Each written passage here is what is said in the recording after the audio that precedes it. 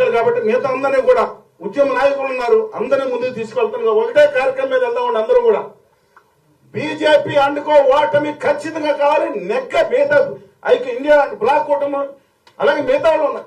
దానికి extended arm of India కూటమికి లక్ష్మణ్ ఉన్నారు, మిగతా ఉన్నారు, లేదా అప్పలనాయుడు గారు అనేక మంది పోటీ చేయడానికి ఖచ్చితంగా వాళ్ళని గెలుస్తాము. 80% మనతో ఉన్నారని చెప్పి మనం ప్రజలకు చెప్పగలిగితే విజయం సాధిస్తాం. డెఫినెట్ గా అది కాంగ్రెస్ పార్టీ లీడర్షిప్ తీసుకోవాలి. ఎందుకంటే మిగతా అందరున్నా లక్ష్మణ్ గారు పెద్దలందరినీ కలుపుకుని వామపక్షాలు అనుభవం పిల్లలు స్ట్రాంగ్ సపోర్ట్ ఉన్నారని ముందుకు తీసుకెళ్తాం కోరుతున్నాను. ప్రజలందరికీ ఇదే తీసుకెళ్ళమని my due respects to everybody దయచేసి ముందుకు తీసుకెళ్ళమని కోరుతూ ఉద్యమానికి మరొకసారి మీ అందరూ సహకారం ఫ్యూచర్ గా ఎలా ఒక యుద్ధంలో పనిచేయాలండి. ఆడేది సిద్ధం అంటారు, సంసిద్ధం అంటారు, ఇది యుద్ధం. మన రాష్ట్రాన్ని కాపాడుకోవటం చేసి యుద్ధానికి ముందుకు తీసుకెళ్దాం కోరుతూ ముందుకు మరొకసారి ధన్యవాదాలు తెలుపుతారండి.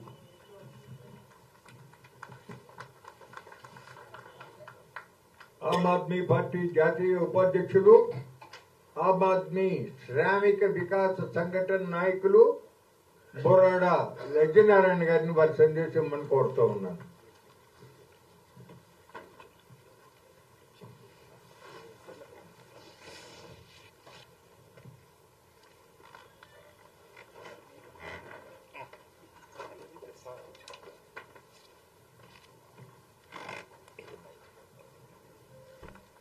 పెద్దలు వడ్డీ శోభనరసింహరావు గారికి, విజయరావు గారికి, వేదిక మీద ఉన్న కాంగ్రెస్ అధ్యక్షురాలు మేడం శర్మిల గారికి, అలాగే మన శ్రీనివాసరావు గారికి, రామకృష్ణ గారికి, తులసిరెడ్డి గారికి, అందరికీ మన ఈ సమావేశానికి వచ్చేసిన వివిధ సామాజిక ప్రముఖులందరికీ కూడా నమస్కారాలండి. ఈరోజు ఈ సమావేశం ఏర్పాటు చేయడానికి ముఖ్య కారణం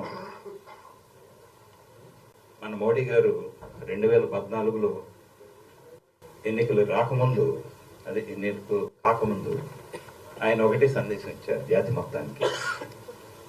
మేము ఈ దేశాన్ని 70 సంవత్సరాలు వెనక్కి పట్టుకెళ్తాం. 70 సంవత్సరాలు వెనక్కి ఏముంది అని చూస్తే మనకి బ్రిటిష్ వారి పాలన ఉంది. అంటే ఇప్పుడు దాన్ని మనం ఈస్ట్ ఇండియా కంపెనీ అని చెప్పని అనుకుంటాం. ఈరోజు మోడీ గారు తీసుకెళ్తున్నది దేశాన్ని ఏంటంటే వెస్ట్ ఇండియాకు, అంటే ఆదాని వెస్ట్ ఇండియాకోకి అటువైపు తీసుకెళ్తున్నారు. దీనికి ఉదాహరణలు చాలా ఉన్నాయి. ఇందాక చెప్పినట్టు 6 పోర్టులు కాదండి, అటు సీ పోర్ట్స్, ఇటు ఎయిర్పోర్ట్స్, ఇటు రోడ్లు, మన రైల్వేలని ఆధునీకరిస్తూ ఈరోజు దేశాన్ని అప్పనంగా ఆదాని అండుకోకి అప్పచెప్పడానికి ఈ దేశాన్ని తయారు చేస్తున్నారు.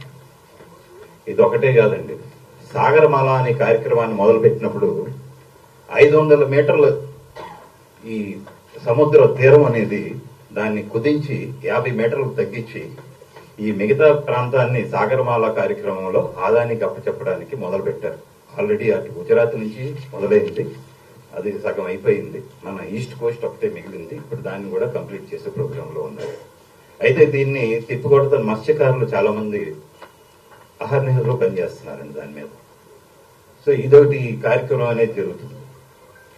ఇది కాకుండా మన రాష్ట్రంలో ల్యాండ్ టైటిలింగ్ యాక్ట్, అంటే దేశం నుంచి వచ్చిందే, దాన్ని జనాల ల్యాండ్స్ ని మనం ఎలా కబ్జా చేయాలని చెప్పి ఈజియెస్ట్ వేలో ల్యాండ్ టైటిలింగ్ యాక్ట్ పెట్టి, దీంట్లో ఈ ల్యాండ్ అనేది ఎవరు కూడా క్లెయిమ్ చేసుకోకపోతే దాన్ని గవర్నమెంట్ తరఫున దాన్ని గవర్నమెంట్కి అప్పచెప్పే ప్రోగ్రామ్ అనేది జరుగుతుంది. ఇది జరుగుతూ రెండో ప్రయత్నం ఏం చేస్తున్నారంటే, దీనికి ఎవరు కూడా మధ్యలో సివిల్ కోర్ట్స్ ఏమీ లేకుండా ఎవరన్నా క్లెయిమ్ చేయాలి అనుకుంటే డైరెక్ట్ గా హైకోర్టుకి వెళ్ళాలి. అంటే ఒక సామాన్యుడు తన సెంటు భూమి కోసం హైకోర్టు దగ్గరికి వెళ్ళి కూర్చొని మాట్లాడాల్సిన పరిస్థితి. అంటే దీన్ని ఏమంటామండి మనం? ఇది ప్రజాస్వామ్యమా, లేకపోతే రాజరికమా, లేకపోతే ఇంకా అహంకారపూరితమైన మరొకటి? సో ఇవి మనం ఆలోచించాల్సిన విధానంగా.